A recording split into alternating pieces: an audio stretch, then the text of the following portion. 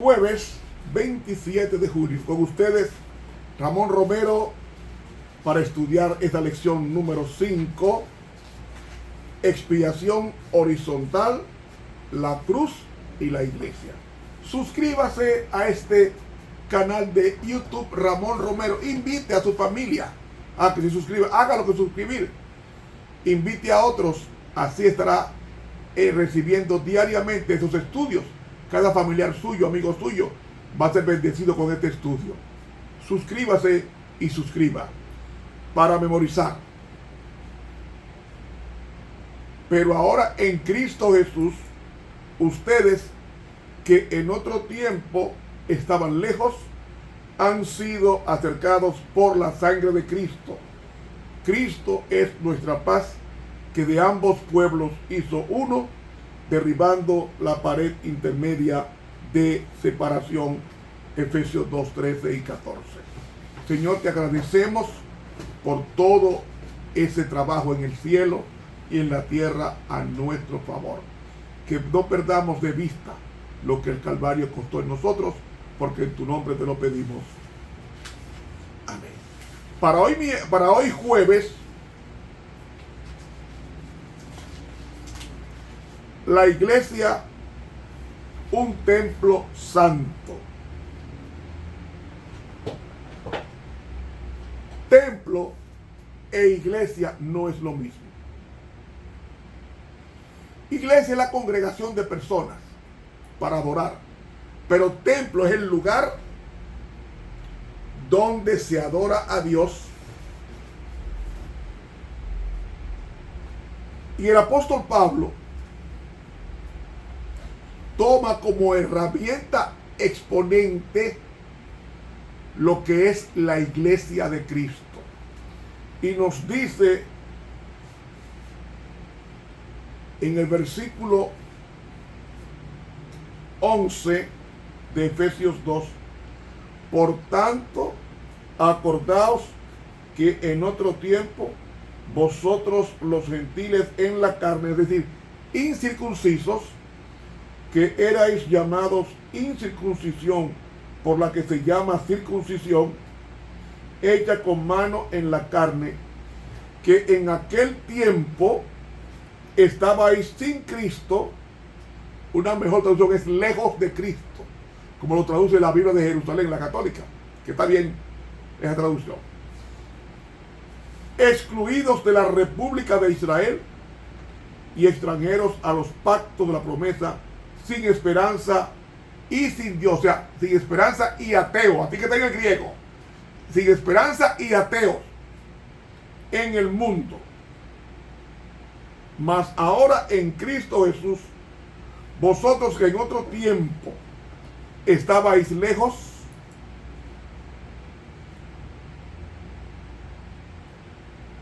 habéis sido hechos cercanos por la sangre de Cristo, porque Él es nuestra paz,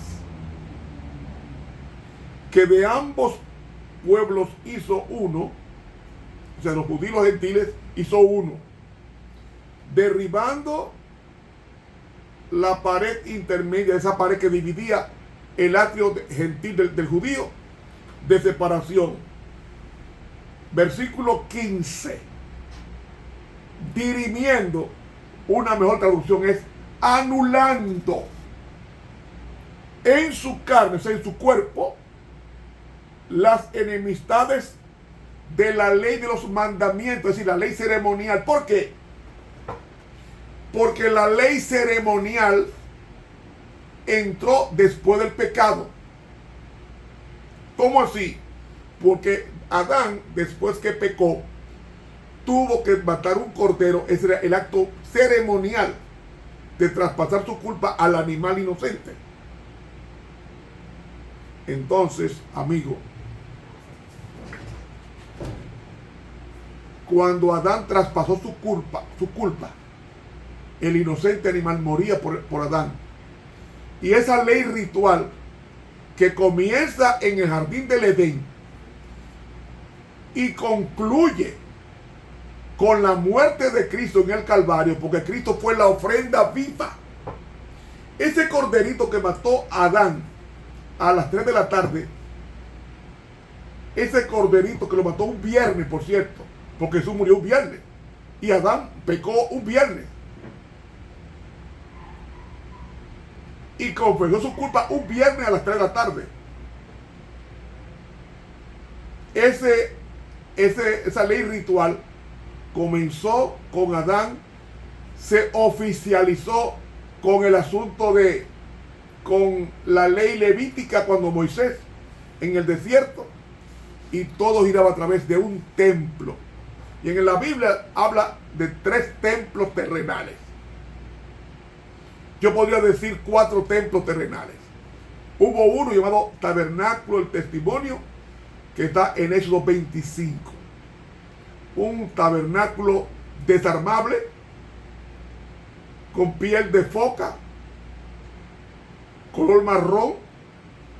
Luego, cuando Salomón se levanta el templo más caro que ha existido en la historia. ¿Usted me está oyendo? El templo que levantó Salomón fue el templo más caro de la historia. Y fue tan caro que se levantó en el monte Moriah, donde realmente iba a ser muerto Isaac. Y ese templo tenía, el de Salomón, 3.750 toneladas de oro, equivalente a 185 mil millones de dólares. ¿Usted me está oyendo? El templo de Salomón, usted calcula el oro que tenía, exactamente 3.750 toneladas de oro tenía el templo de Salomón. Si multiplicamos 3.750 toneladas y lo convertimos en onza, eso nos da 132.277.357. Si multiplicamos la onza Troy por $1.400, el templo tenía un valor nominal de 185.299.800. Ese fue el valor del templo de Salomón. Calcúlelo, yo lo calculé. El templo de Salomón costó 185 mil millones de dólares. Sin embargo, ese templo fue destruido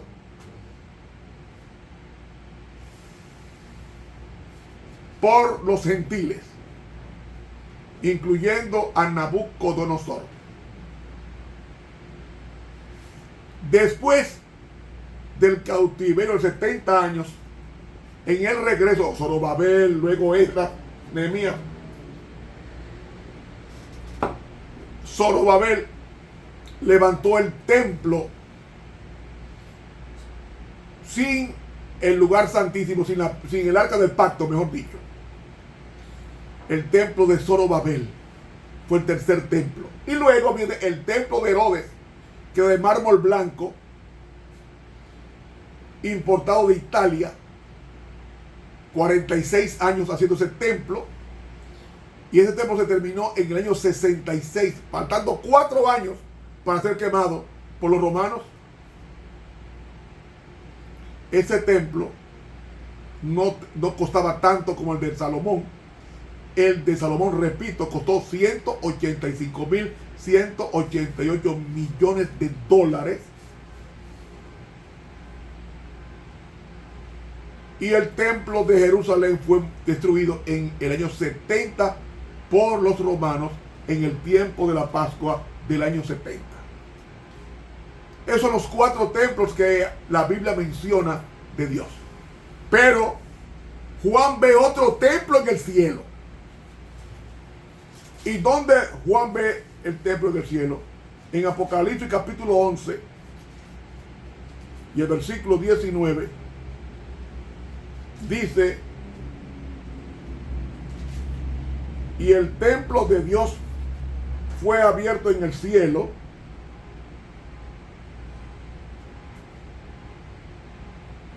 y el arca de su testamento fue vista en su templo, y fueron hechos relámpagos, voces y truenos y terremotos y grande granizo. ¿Sabe qué significa eso?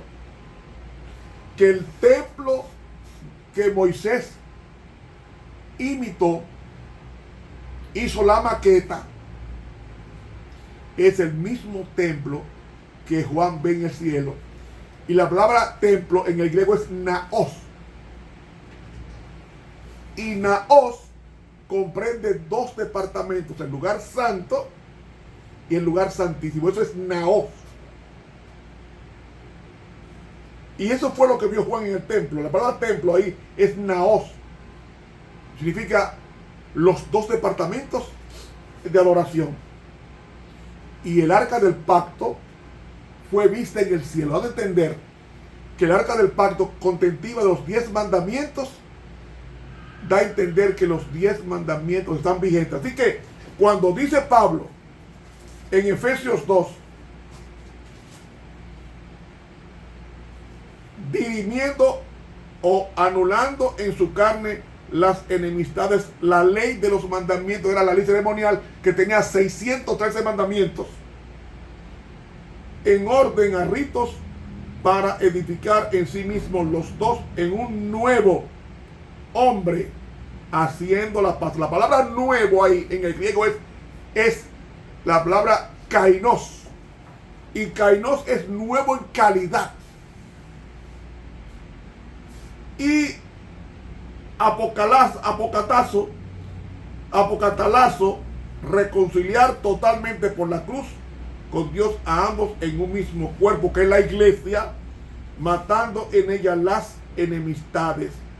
Y vino y anunció la paz a vosotros que estabais lejos y a los que estaban cerca, que por él los unos y los otros tenemos entrada por un mismo espíritu al Padre. Con relación a esto, dice el libro Testimonio para la Iglesia, la página 145, tomo 9. Oiga que me dice ella: el templo judío fue construido con piedras labradas que se sacaron de las montañas, y cada piedra era preparada para su lugar en el templo, labrada a escuadra, pulida y preparada y probada antes de ser transportada a Jerusalén. Cuando todas esas piedras se encontraron sobre el terreno, la edificación se levantó sin que se oyera el ruido de un hacha o de un martillo. Esta edificación representa el templo espiritual de Dios, compuesto por materiales traídos de todas las naciones, lenguas, pueblos y clases sociales, grandes y pequeños, ricos y pobres, sabios e ignorantes. No se trata de sustancias inertes que deban ser trabajadas por medio del martillo o del cincel. Son piedras vivas que somos tú y yo, sacadas de la cantera del mundo por medio de la verdad. Y el gran arquitecto, el Señor del templo, está ahora labrándolas y puliéndolas, preparándolas para su lugar respectivo en el templo espiritual. Me detengo aquí porque voy a continuar con este estudio mañana como la representación del templo. Que Dios nos bendiga y nos guarde. Para mañana viernes vendremos con la continuación y repaso de la lección.